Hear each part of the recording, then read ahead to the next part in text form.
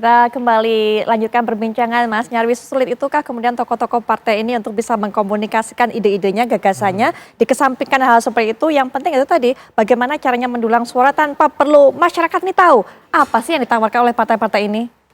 Ya, kalau kita mau ngomong ideal ya Putri ya, partai politik itu kan punya dua pekerjaan serius ya. Tiga bahkan ya. Pertama, membangun partainya sendiri, mengelola menjadi lembaga yang solid, kuat, mapan di tengah masyarakat juga, sebagai lembaga politik di parlemen, di eksekutif, kalau dia punya wakil juga. Itu satu sisi ya. Sisi lain juga dia juga harus melayani masyarakat, kinerjanya menunjukkan gitu. Nah, yang ketiga itu yang paling dominan, yaitu apa? Merebut dalam pertarungan melalui suara pemilih kan. Makanya, tapi ini yang paling menonjol yang ketiga.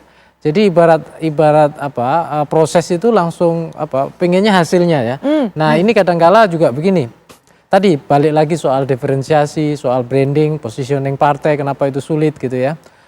Karena sampai hari ini itu juga selain apa, internalisasi kelembagaan partai politik kita lemah, itu saya lihat juga tidak ada demokrasi, apa, tidak berkembang lah demokrasi internal di dalam partai. Ada yang lucu sebenarnya, contoh ya, visibilitas partai kita kan termasuk juga rendah overall ya. Dibandingkan apa, misalnya capres ya, dalam banyak survei juga itu terpotret ya, termasuk kayak tadi data golput itu kan tinggi ya, lebih tinggi dari perolehan partai tertinggi sekalipun Itu ya. Itu terus kemudian kalau kita lihat yang lain juga hampir sama gitu, termasuk keteras partai dan seterusnya.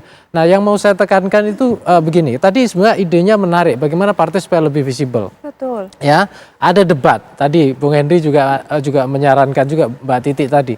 Tapi menurut saya ini sebenarnya ada inkonsistensi. Peserta pemilu itu apa? Partai politik. Yang dicalonkan siapa? Ya termasuk caleg kan gitu, termasuk capres.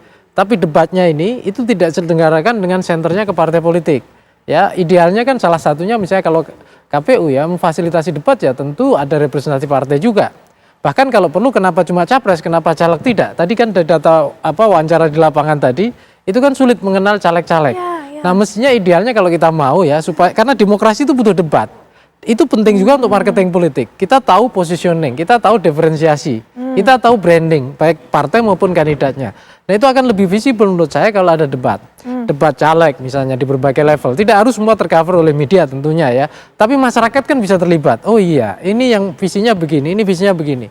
Nah, selama ini yang kita tahu visi misi portofolio itu kan baru ada di dokumen KPU kan yang diserahkan. Capres mendaftar, pasangan ada visi misi, partai sendiri juga ada visi misi. Tapi masyarakat apa cukup? Apa cukup hanya bisa melihat di kertas suara? Kan tidak. Enggak. Kalau ada debat, misalnya di level-level kabupaten, kecamatan, provinsi, dapil-dapil itu, ya termasuk juga bahkan debat antar pimpinan partai, saya kira itu akan bagus. Dan lebih bagus lagi, debat itu ditradisikan ketika dalam proses pemilihan ketua-ketua partai. Ya, termasuk itu juga perlu mestinya. Ya, supaya juga demokrasi internal partai itu terasa. Nah, kita itu selama ini termasuk juga pengen mendidik masyarakat itu penting Putri. Karena saya itu beberapa kali ya bikin data survei itu, salah satunya kalau ditanya partisipasi masyarakat kan elemennya banyak ya.